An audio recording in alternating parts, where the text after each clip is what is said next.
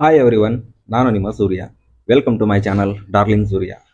ಈ ವಿಡಿಯೋದಲ್ಲಿ ನಾವು world heritage site the great living Chola temple ಆದ ತಂಜಾವೂರಿನ ಬೃಹದೇಶ್ವರ ದೇವಸ್ಥಾನವನ್ನು ಸಂದರ್ಶಿಸೋಣ.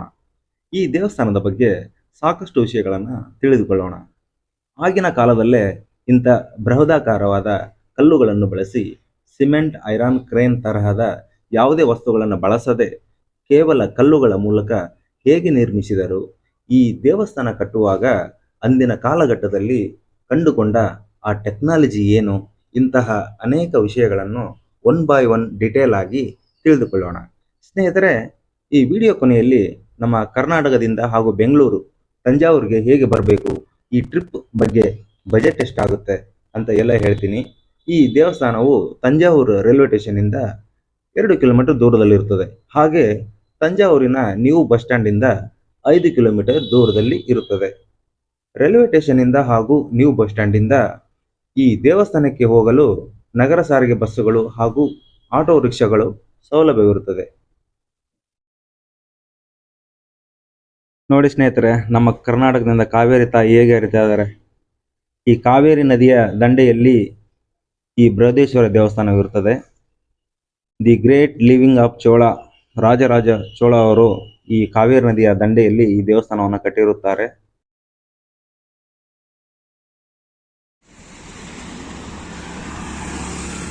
ಪೆರಿಯ ಕೋವಿಲ್ ರೋಡ್ ಅಂದರೆ ರೈಲ್ವೆ ಸ್ಟೇಷನಿಂದ ಹೊರಗಡೆ ಬಂದ ತಕ್ಷಣ ನಾವು ಹೊರಗಡೆ ಬಂದರೆ ರೈಲ್ವೆ ಸ್ಟೇಷನ್ನ ಎಡಗಡೆ ಸೈಡ್ ಬಂದು ಬಸ್ ಸ್ಟಾಪಲ್ಲಿ ನಿಂತ್ಕೊಂಡ್ರೆ ಪೆರಿಯ ಕೋಯಿಲ್ ಹೋಗುವ ಬಸ್ಸುಗಳು, ಸರ್ಕಾರಿ ಬಸ್ಸುಗಳು ಹಾಗೂ ನಗರ ಸಾರಿಗೆ ಪ್ರೈವೇಟ್ ಬಸ್ಗಳೆಲ್ಲ ಬರ್ತವೆ. ಅದಕ್ಕೆ ಬಂದರೆ ಇಲ್ಲಿ 10 ರೂಪಾಯಿ ಟಿಕೆಟ್ ತೊಗೊಳ್ತಾರೆ. ಇಲ್ಲಿ ಬಂದು ನಿಲ್ಲಿಸ್ತಾರೆ. ಈ ಹುಣಸೆ ಮರ ಇದೆಯಲ್ಲ, ಇಲ್ಲಿ ಬಸ್ ಸ್ಟಾಪ್ ಇದೆ. ಇಲ್ಲಾಂದರೆ ಸ್ವಲ್ಪ ಹಿಂದ್ಗಡೆನೇ ನಿಲ್ಲಿಸ್ತಾರೆ. ನೀವೇನಾದರೂ ಬೈ ಚಾನ್ಸ್ ಕಾರಲ್ಲಿ ತಮ್ಮ ಓನ್ ವೆಹಿಕಲ್ಗಳಲ್ಲಿ ಬಂದರೆ ಇಲ್ಲಿ ವಿಶಾಲವಾದ ಕಾರ್ ಪಾರ್ಕಿಂಗ್ ಎಲ್ಲ ಇದೆ. ಈ ದೇವಸ್ಥಾನದ ಮುಂಭಾಗದಲ್ಲಿ ನಿಮಗೆ ವಿಶಾಲವಾದ ಕಾರ್ ಪಾರ್ಕಿಂಗ್ ಇದೆ.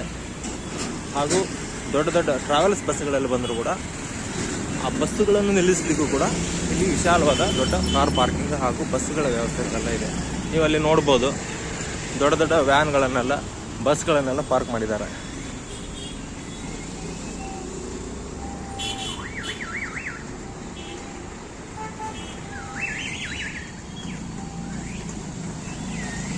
ಹಾಗೆ ಇಲ್ಲಿ ಲೋಕಲ್ ಆಟೋಗಳು ಹಾಗೂ ಶೇರ್ ಆಟೋಗಳೆಲ್ಲ ಫೆಸಿಲಿಟಿ ಇರುತ್ತೆ. ಇದೇ ದೇವಸ್ಥಾನದ ಮೊದಲ ಮಾರಾಟರ ಗೇಟ್ ಅಂತ ಕರೀತಾರೆ ಇದಕ್ಕೆ. ಬನ್ನಿ, ಒಳಗಡೆ ರೋಡ್ ಕ್ರಾಸ್ ಮಾಡಿ ಹೋಗಬೇಕಾಗುತ್ತೆ. ಅವ್ರನ್ನ ಮಾರಾಟ ಗೇಟ್.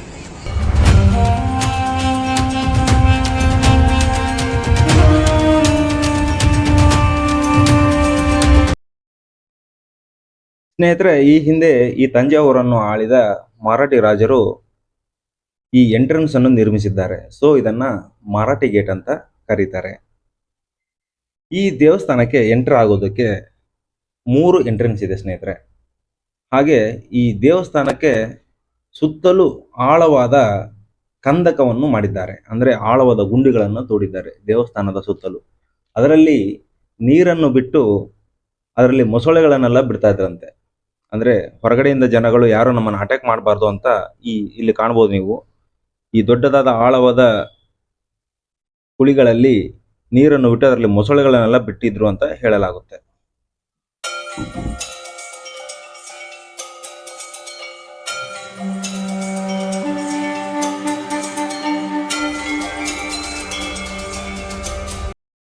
ಇದು ಸೆಕೆಂಡ್ ಎಂಟ್ರೆನ್ಸ್. ಇದನ್ನ ಕೇರಳಂತ ಕನಲ್ ತಿರುವಾಸೆಲೆ ಅಂತ ಕರೀತಾರೆ. ರಾಜರಾಜ ಚೋಳನು ಆ ಕಾಲದಲ್ಲಿ ತನ್ನ ಪ್ರಧಾನ ಪ್ರತಾಂದ್ಯಯಾನದ ಚೇರಾಸ ಪೈ ಯುದ್ಧದಲ್ಲಿ ಗೆದ್ದ ನಂತರ ಇದನ್ನು ನಿರ್ಮಿಸಿದ್ದಾರೆ ಅಂತ ಹೇಳಲಾಗುತ್ತದೆ.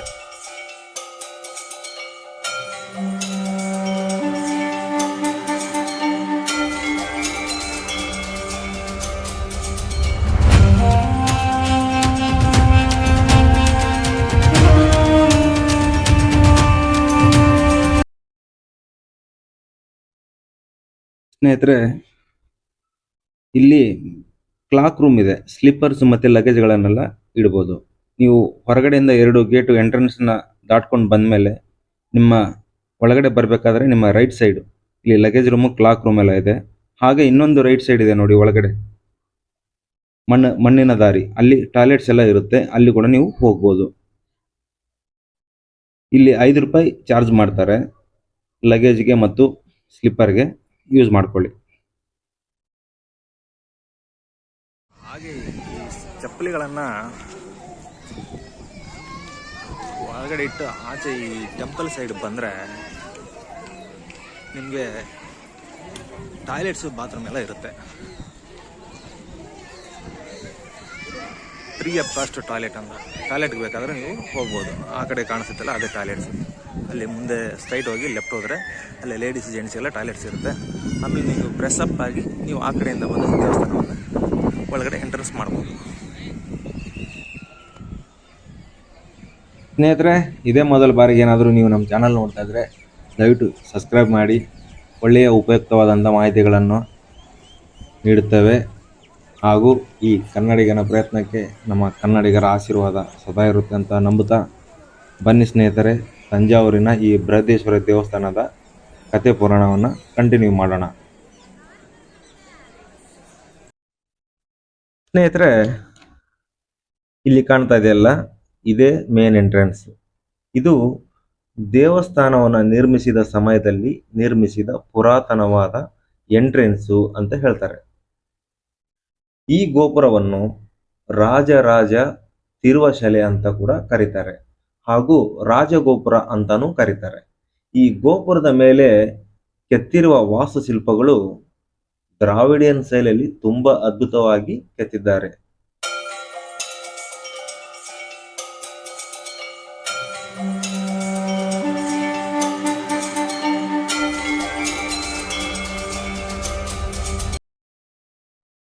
ಸ್ನೇಹಿತರೆ, ಇಲ್ಲಿ ನೋಡ್ಬೋದು ನೀವು, ದ್ವಾರಪಾಲಕನ ಕಲ್ಲಿನ ಕೆತ್ತನೆ ಅದ್ಭುತವಾಗಿ ಬಂದಿದೆ. ಹಾಗೂ ಮುಖ್ಯವಾಗಿ ಇಲ್ಲಿ ಶಿವಪಾರ್ವತಿಯ ಕಲ್ಯಾಣ ಮಹೋತ್ಸವದ ಕೆತ್ತನೆಗಳು ಅದ್ಭುತವಾಗಿ ಕೆತ್ತಿದ್ದಾರೆ. ಇಲ್ಲಿ ನೋಡಬಹುದು ಸ್ನೇಹಿತರೆ, ನೀವು ಇಲ್ಲಿ ಶಿವಪಾರ್ವತಿಯವರ ಕಲ್ಯಾಣ ಮಹೋತ್ಸವದ ಕೆತ್ತನೆಗಳನ್ನು ಇಲ್ಲಿ ನೋಡಬಹುದು. ಮೇಲೆಯೇ ಕಲ್ಲಿನ ದ್ವಾರಪಾಲಕರ ಒಂದು ಬಲ ಪ್ರದರ್ಶನವಾದ ಕೆತ್ತನೆಗಳನ್ನು ನೀವು ಇಲ್ಲಿ ನೋಡಬಹುದು.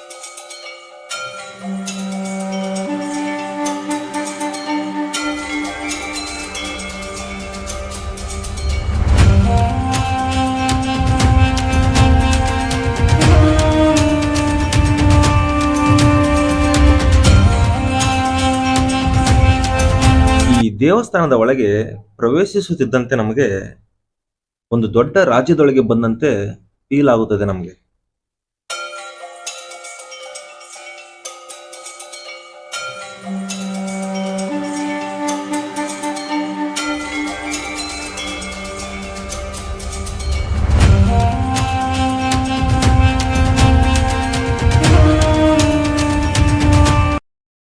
ಥಿಂಕ್ ಬಿಗ್, ಅಚೀವ್ ಬಿಗ್ ಎನ್ನುವ ಮಾತಿಗೆ ಸರಿಯಾದ ಉದಾಹರಣೆ ಈ ದೇವಸ್ಥಾನದ ನಿರ್ಮಾಣ.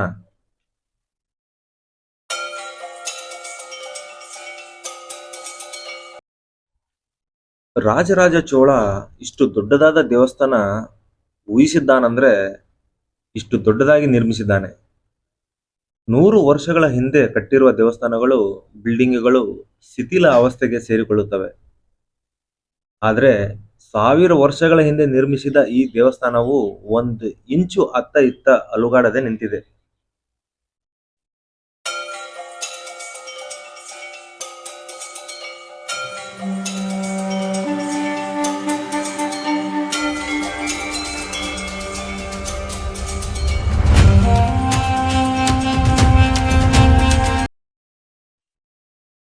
ಸ್ನೇಹಿತರೆ, ಈ ದೇವಸ್ಥಾನದ ಒಳಗೆ ನಾನು ಬಂದ ಸ್ವಲ್ಪ ಸಮಯದಲ್ಲಿ ನಾನು ಕಂಡ ಬಿಗ್ ಡಿಫ್ರೆನ್ಸ್ ಏನಂದ್ರೆ, ದ್ರಾವಿಡಿಯನ್ ಆರ್ಕಿಟೆಕ್ಚರ್ ಅಲ್ಲಿ ದೇವಸ್ಥಾನದ ಗೋಪುರ ಅಂದ್ರೆ ಎಂಟ್ರೆನ್ಸ್ ದೊಡ್ಡದಾಗಿಯೂ, ವಿಮಾನ ಗೋಪುರ ಅಂದ್ರೆ ಗರ್ಭಗುಡಿಯ ಮೇಲಿರುವ ಗೋಪುರ ಸಣ್ಣದಾಗಿಯೂ ಇರುತ್ತದೆ.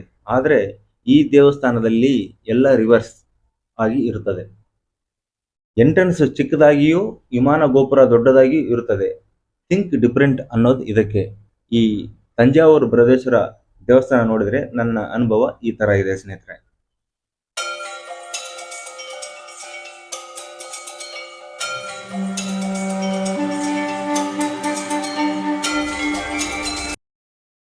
ಸ್ನೇಹಿತರೆ, ಈ ದೇವಸ್ಥಾನದ ನಿಜವಾದ ಹೆಸರು ರಾಜರಾಜೇಶ್ವರ ಅಂತ. ಇಲ್ಲಿರುವ ಶಿವನನ್ನು ರಾಜರಾಜೇಶ್ವರ ಅಂತ ಕರಿತಾ ಇದ್ರು. ಆದರೆ ರಾಜರಾಜ ಚೋಳನ ನಂತರ ಮರಾಠರು ತಂಜಾವೂರನ್ನು ಆಡಳಿತ ನಡೆಸುವಾಗ ಮರಾಠ ರಾಜರು ಬೃಹದೇಶ್ವರ ಅಂತ ಹೆಸರು ಬದಲಿಸಿದರು. ಹಾಗೂ ದೇವರ ಹೆಸರಿನ ರೂಪದಲ್ಲಿರುವ ರಾಜರಾಜೇಶ್ವರನ ಹೆಸರು ರಾಜರಾಜನ ಚೋಳನ ಹೆಸರು ಅಂತ ಒಂಥರ ಈಗೋ ಪ್ರಾಬ್ಲಮ್ ಅಥವಾ ಬೇರೆ ಇನ್ಯಾವುದೋ ಕಾರಣಕ್ಕೆ ದೊಡ್ಡದಾದ ಶಿವಲಿಂಗ ಇರುವುದರಿಂದ ಈ ಮರಾಠಿಗರು ಬೃಹದೀಶ್ವರ ಅಂತ ಹೆಸರನ್ನು ಬದಲಾಯಿಸಿದರು. ಹಾಗೆ ಆಂಗ್ಲ ಭಾಷಿಗರು ಬಂದಾಗ ಇದಕ್ಕೆ ಬಿಗ್ ಟೆಂಪಲ್ ಅಂತ ಹೆಸರಲ್ಲಿ ಕೂಡ ಕರೀತಾರೆ. ಹಾಗಾಗಿ ಅಲ್ಲಿಂದ ಈ ದೇವಸ್ಥಾನದ ಹೆಸರು ಬೃಹದೀಶ್ವರ ಟೆಂಪಲ್, ಬಿಗ್ ಟೆಂಪಲ್ ಅಂತ ಕರಿತಾ ಇದ್ದಾರೆ ಸ್ನೇಹಿತರೆ.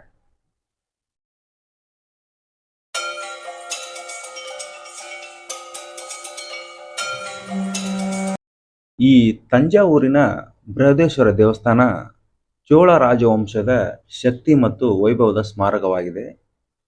ಕ್ರಿಸ್ತ ಶಕ 1010ರಲ್ಲಿ ಈ ದೇವಸ್ಥಾನವನ್ನು ರಾಜರಾಜ ಚೋಳ ನಿರ್ಮಿಸಿದ್ದಾನೆ. ಈ ದೇವಸ್ಥಾನದ ಡಿಸೈನ್ ಮಾಡಿದ್ದು ಕುಂಜರಮಲ್ಲ ರಾಜ ನೀರ್ತಂಜನ್ ಅಂತ. ಈ ಬೃಹದೇಶ್ವರ ದೇವಾಲಯವನ್ನು ಶ್ರೀ ರಾಜರಾಜ ಚೋಳನು 1003 ಮತ್ತು 1010ರ ನಡುವೆ ನಿರ್ಮಿಸಿದ್ದಾನೆ. ಇದು ದ್ರಾವಿಡ ವಾಸ್ತುಶೈಲಿಗೆ ಹಾಗೂ ಅತ್ಯುತ್ತಮ ಉದಾಹರಣೆಯಾಗಿದೆ. ಈ ದೇವಾಲಯವು ಎತ್ತರದ ವಿಮಾನ ಗೋಪುರ ಹಾಗೂ ದೊಡ್ಡ ನಂದಿ ವಿಗ್ರಹ ಶಿಲ್ಪಗಳಿಂದ ಕೂಡಿದೆ. ಸುಮಾರು 16 ಅಡಿ ಉದ್ದ ಮತ್ತು 13 ಅಡಿ ಎತ್ತರವಾದ ನಂದಿ ವಿಗ್ರಹವಿದೆ. ಇಲ್ಲಿನ ನಂದಿ ವಿಗ್ರಹವನ್ನು ನಮ್ಮ ವಿಜಯನಗರದ ಆಳ್ವಿಕೆ ಸಮಯದಲ್ಲಿ ನಿರ್ಮಿಸಲಾಗಿದೆ ಎಂಬ ಉಲ್ಲೇಖವಿದೆ. ಹಾಗೆ ಶ್ರೀಕೃಷ್ಣ ದೇವರಾಯರು ಕೂಡ ಈ ತಂಜಾವೂರಿನ ರಾಜ್ಯವನ್ನು ಹಿಂದೆ ಆಡಳಿತ ನಡೆಸಿದ್ದಾರೆ ಎಂದು ಹೇಳಲಾಗುತ್ತದೆ ಸ್ನೇಹಿತರೆ.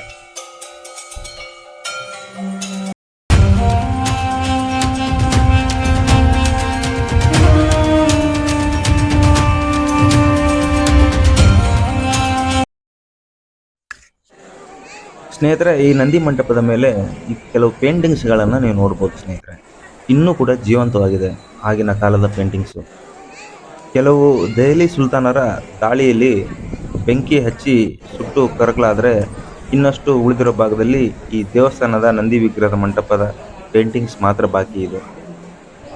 ಎಷ್ಟು ಅದ್ಭುತವಾಗಿ ಪೇಂಟಿಂಗ್ ಇದೆ ನೋಡಿ ಸ್ನೇಹಿತರೆ, ಆಗಿನ ಕಾಲದ್ದೇ ಇನ್ನೂ ಜೀವಂತವಾಗಿದೆ ಸ್ನೇಹಿತರೆ. ಇದೆಲ್ಲ ನಾವು ನೋಡ್ತಾ ಇದ್ದೀವಿ ಅಂದರೆ ಇದು ನಮ್ಮ ಭಾಗ್ಯವೇ ಸರಿ. ಖಂಡಿತ ಫ್ರೀ ಇದ್ದರೆ ಫ್ರೀ ಮಾಡಿಕೊಂಡು ಖಂಡಿತ ಈ ಥರ ಸ್ಥಳಗಳನ್ನು ಖಂಡಿತ ನೀವು ನೋಡಲೇಬೇಕು. ಈ ತಂಜಾವೂರಿನ ಈ ಬೃಹದೇಶ್ವರ ದೇವಸ್ಥಾನದ ಗೋಪುರದ ಬಗ್ಗೆ ಹೇಳೋದಾದರೆ, ಈ ಮೇಲೆ ಇರುವ ವಿಮಾನದ ನೋಟ ಮೇಲ್ಭಾಗವು 80 ಟನ್ನಷ್ಟು ತೂಕವನ್ನು ಹೊಂದಿದೆ ಅಂತ ಹೇಳ್ತಾರೆ ಸ್ನೇಹಿತರೆ. ಈ ಗೋಪುರವು ಗರ್ಭಗುಡಿಗೆ ಶಕ್ತಿಯ ಪ್ರತಿಫಲವನ್ನು ನೀಡುತ್ತದಂತೆ. ಹಾಗಾಗಿ ಈ ದೇವಾಲಯದಲ್ಲಿ ಎಂದಿಗೂ ಸಕಾರಾತ್ಮಕ ಶಕ್ತಿಯು ನೆಲೆಯಾಗಿರುತ್ತದೆ. ಈ ದೇವಾಲಯದ ಒಳಭಾಗದಲ್ಲಿ ಭೂಗತ ಸುರಂಗಗಳು ಇದ್ದವೆಂದು ಹೇಳಲಾಗುತ್ತದೆ. ಇದು ಶಿವನಿಗೆ ಅರ್ಪಿತವಾದ ದೇವಾಲಯವಾದರೂ ಇಲ್ಲಿ ವಿಷ್ಣು ಮತ್ತು ಇನ್ನಿತರ ವೈಷ್ಣವ ಧರ್ಮದ ದೇವರುಗಳ ದೇವಾಲಯಗಳಿವೆ. ಶೈವ ವೈಷ್ಣವ ಧರ್ಮದ ದೇವರುಗಳು ಜೊತೆಯಾಗಿರುವ ಕೆಲವು ದೇವಾಲಯಗಳಲ್ಲಿ ಈ ದೇವಾಲಯವು ಕೂಡ ಒಂದು.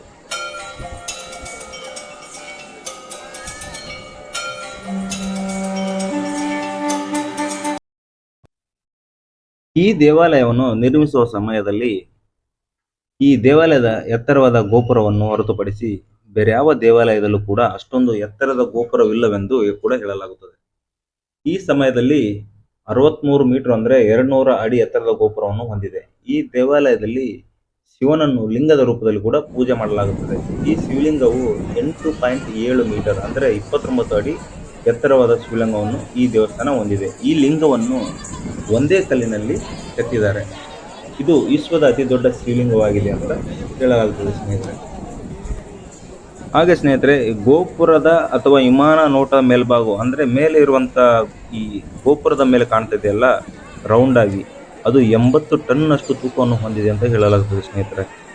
ಈ ಗೋಪುರವು ಗರ್ಭಗುಡಿಗೆ ಶಕ್ತಿಯ ಪ್ರತಿಫಲವನ್ನು ನೀಡುತ್ತದಂತೆ. ಹಾಗಾಗಿ ಈ ದೇವಾಲಯದಲ್ಲಿ ಎಂದಿಗೂ ಸಕಾರಾತ್ಮಕ ಶಕ್ತಿಯು ನೆಲೆಯಾಗಿರುತ್ತದೆ. ಈ ದೇವಾಲಯದ ಒಳಭಾಗದಲ್ಲಿ ಭೂಗತ ಸುರಂಗಗಳು ಇದ್ದವೆಂದು ಹೇಳಲಾಗುತ್ತದೆ ಸ್ನೇಹಿತರೆ.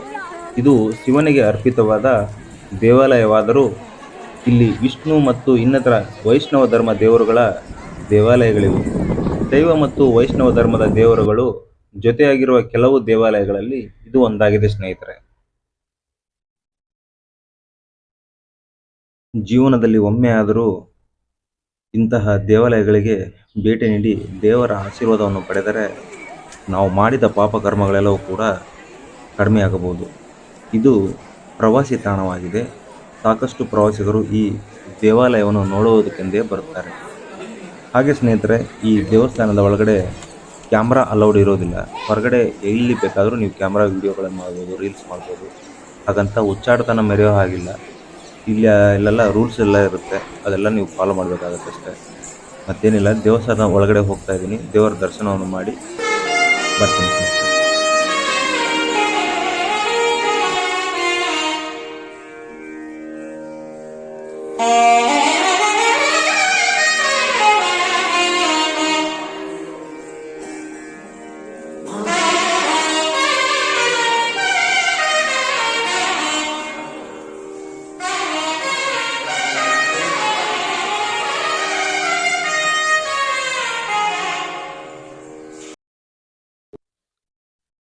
ಸ್ನೇಹಿತರೆ, ಒಳ್ಳೆ ರೀತಿಯಲ್ಲಿ ದರ್ಶನ ಆಯಿತು.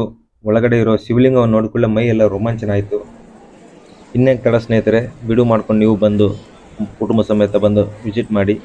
ಒಳ್ಳೆ ದೇವಸ್ಥಾನ ಹಾಗೂ ಕುಂಭಕೋಣ, ಗಂಗೈಕೊಂಡ, ತಂಜಾವೂರು ಎಲ್ಲ ಒಳ್ಳೊಳ್ಳೆ, ತಿರುಚಿ, ಶ್ರೀರಂಗ ದೇವಸ್ಥಾನ ಎಲ್ಲ ಅನೇಕ ದೇವಸ್ಥಾನಗಳಿದ್ದಾವೆ.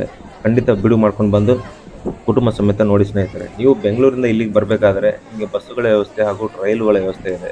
ಹಾಗೂ ಫ್ಲೈಟಲ್ಲಿ ಬರೋ ಹಾಗಿದ್ರೆ ನೀವು ಬೆಂಗಳೂರಿಂದ ತಿರುಚನಾಪಳ್ಳಿಗೆ ಬಂದು ತಿರುಚನಾಪಳ್ಳಿಯಿಂದ 65 ಕಿಲೋಮೀಟರ್ ನೀವು ಟ್ಯಾಕ್ಸಿ ಇಲ್ಲ ಬಸ್ಸುಗಳಲ್ಲಿ ಕೂಡ ನೀವು ಬರ್ಬೋದು.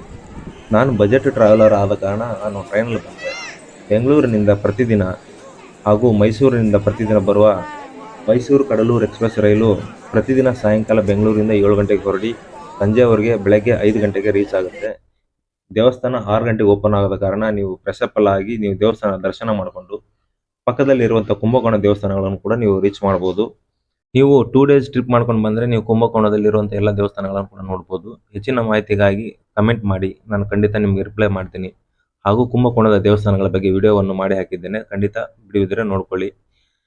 ನೀವು ಪಕ್ಕದಲ್ಲಿ ಇರುವಂಥ ತಿರುಚಿ ಶ್ರೀರಂಗ ದೇವಸ್ಥಾನ, ಜಂಬುಕೇಶ್ವರ ದೇವಸ್ಥಾನ, ಮಲೈಕೋಟೆ ಹಾಗೂ ಗಂಗೈಕೊಂಡ, ಚೋಳಾಪುರ, ನಮ್ಮ ನರೇಂದ್ರ ಮೋದಿಜಿಯವರು ಬಂದಂಥ ವಿಸಿಟ್ ಕೊಟ್ಟಂಥ ದೇವಸ್ಥಾನ, ಹಾಗೂ ಪಕ್ಕದಲ್ಲೇ ರಾಜರಾಜ ಚೋಳನ್ ನಿರ್ಮಿಸಿದಂಥ ದಾರಾಸುರಂ ಐರಾವತೇಶ್ವರ ದೇವಸ್ಥಾನ ಕೂಡ ನೀವು ವಿಸಿಟ್ ಮಾಡ್ಬೋದು. ಅದರ ಬಗ್ಗೆ ಎಲ್ಲ ಮಾಹಿತಿಯನ್ನು ಇನ್ನೊಂದು ವಿಡಿಯೋದಲ್ಲಿ ನಾನು ಮಾಡಿ ಹಾಕಿದ್ದೇನೆ. ತಮಗೆ ಫ್ರೀ ಇದ್ದರೆ ಖಂಡಿತ ನೋಡ್ಬೋದು. ಹಾಗೆ ಸ್ನೇಹಿತರೆ, ಇನ್ನೊಂದು ವಿಡಿಯೋ ಜೊತೆ ಮತ್ತೆ ನಿಮಗೆ ಸಿಗ್ತೀನಿ. ಹಾಗೆ ಸಪೋರ್ಟ್ ಮಾಡಿ, ಸಬ್ಸ್ಕ್ರೈಬ್ ಮಾಡಿ. ನಮಸ್ಕಾರ.